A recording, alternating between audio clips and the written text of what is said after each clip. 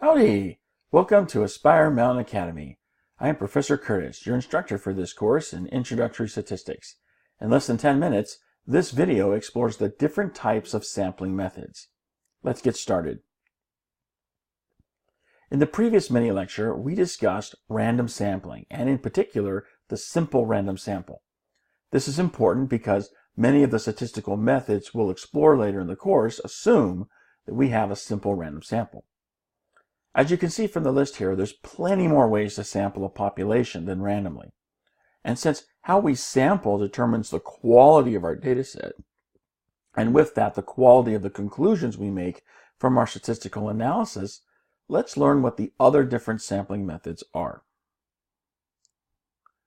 First on the list was random sampling, which we already discussed. Next on the list was systematic sampling. Systematic sampling is where you line up everything in your population and you skip every so often before adding a member to your sample, what mathematicians call taking every kth element. In the example you see here, k equals 3 because we're taking every third unit of the population for our sample. That's systematic sampling. Convenience sampling is where you're taking a sample from whatever is easy or most convenient to obtain, hence the name convenience sampling. Here's an illustration of convenience sampling. The researcher there in red just samples the portion of the population that's directly around him or her. Note that because the researcher took the sample out of convenience, the sample is not truly representative of the population.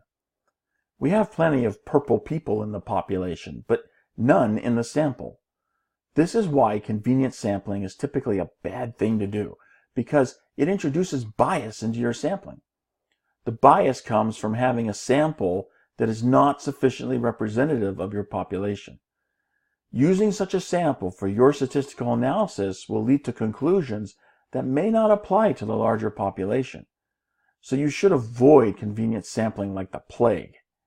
And again, if people actually are purple, then they probably do have a plague. Hello, people should not be purple. But then neither should people be blue or green. I mean, all the blue people are probably suffocating and all the green people are likely sick to their stomach. We should probably get some help for these folks. Anywho, you want to try to avoid convenience sampling because it introduces bias into your analysis. Next, we have stratified sampling. Here, you're basically taking the population and dividing it into two or more subgroups that share similar characteristics, called stratum, and then you sample from each subgroup, or stratum. Here, the illustration shows an example of stratified sampling. We're organizing our population into subgroups, or strata, based on color. Then we randomly select from each group. This is stratified sampling. Next, we have cluster sampling. This is where you divide the population into areas or sections, and they're called clusters, and then you randomly choose which clusters to include in the sample. Now, this is different from the stratified sampling that we just looked at. In both sampling methods, you divide your population into subgroups, but in stratified sampling, you take only a portion of each subgroup, whereas in cluster sampling, you take entire subgroups. Notice in the example here, we aren't taking randomly from the groupings that are selected. We're taking everything in the groups that are selected. So cluster sampling is really randomly selecting entire subgroups for your sample, and not just randomly selecting members from each subgroup.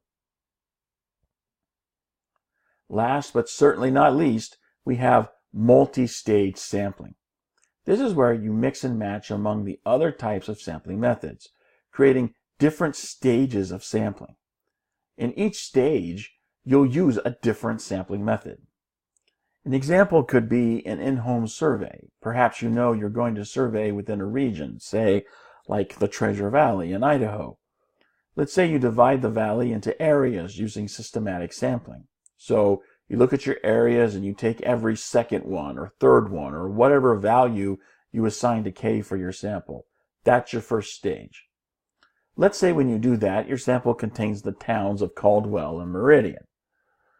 Okay, then let's say in the next stage, you decide to do cluster sampling, which means you randomly select neighborhoods in each of those towns and take all of the houses in each of those neighborhoods. Then we have a third stage of sampling in which we go to each house in those neighborhoods and randomly select one person in each household to survey. That's multi-stage sampling. You have sampling in stages with different sampling methods in each stage.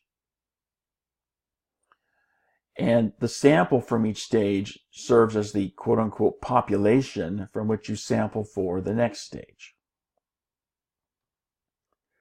Let's engage a brief activity to help cement what we just learned into memory. I give you an example and you tell me which sampling method is in the example. Okay, first up we have randomly selecting 12 different pages from a book and then counting the number of words in each sentence on those pages.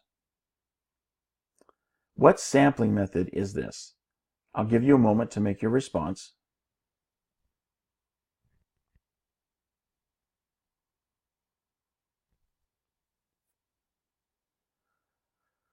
Well, I hope you said cluster.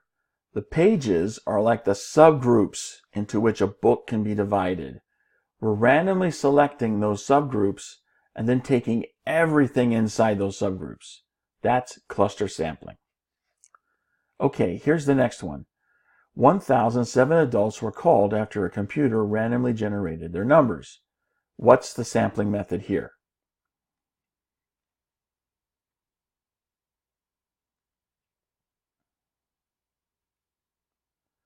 Well, I hope you said random. You have a population and you are randomly selecting members of that population. There's no dividing into subgroups, no taking what's closest to you, no taking one every so often, just randomly taking from the population to make a sample. That's random sampling. Okay, try this one. Researchers sampled from different locations in a lake by stretching a rope across the lake and sampling at every 5 meters. What sampling method is this?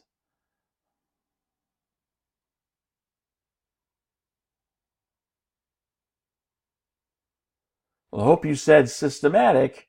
You're sampling every 5 meters. That's your clue that this is systematic sampling, which is sampling at a set interval throughout a population.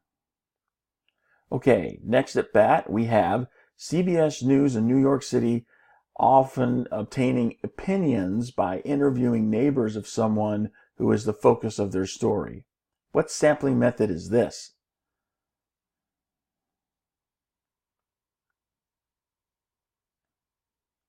Well, I hope you said convenience. The news crew is simply surveying the people that are the most convenient, the one who are just closest to where they are. That's convenience sampling. Okay, one last one here. Specific polling stations are randomly selected and everyone leaving those polling stations are surveyed. What sampling method is this?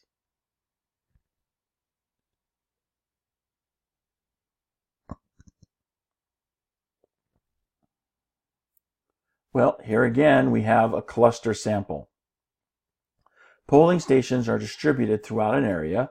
We randomly select from these quote-unquote subgroups of the area, and then we take everything in those subgroups. That's cluster sampling. And that brings us to the end of this mini lecture. I hope you found it helpful. As I just mentioned, I hope you found it helpful, and if there's anything more we can do to make it helpful, then go to AspireMountainAcademy.com, where you can also find more mini lectures for this and other courses, and let us know in the contact section. Thanks for watching. I'll see you in the next video.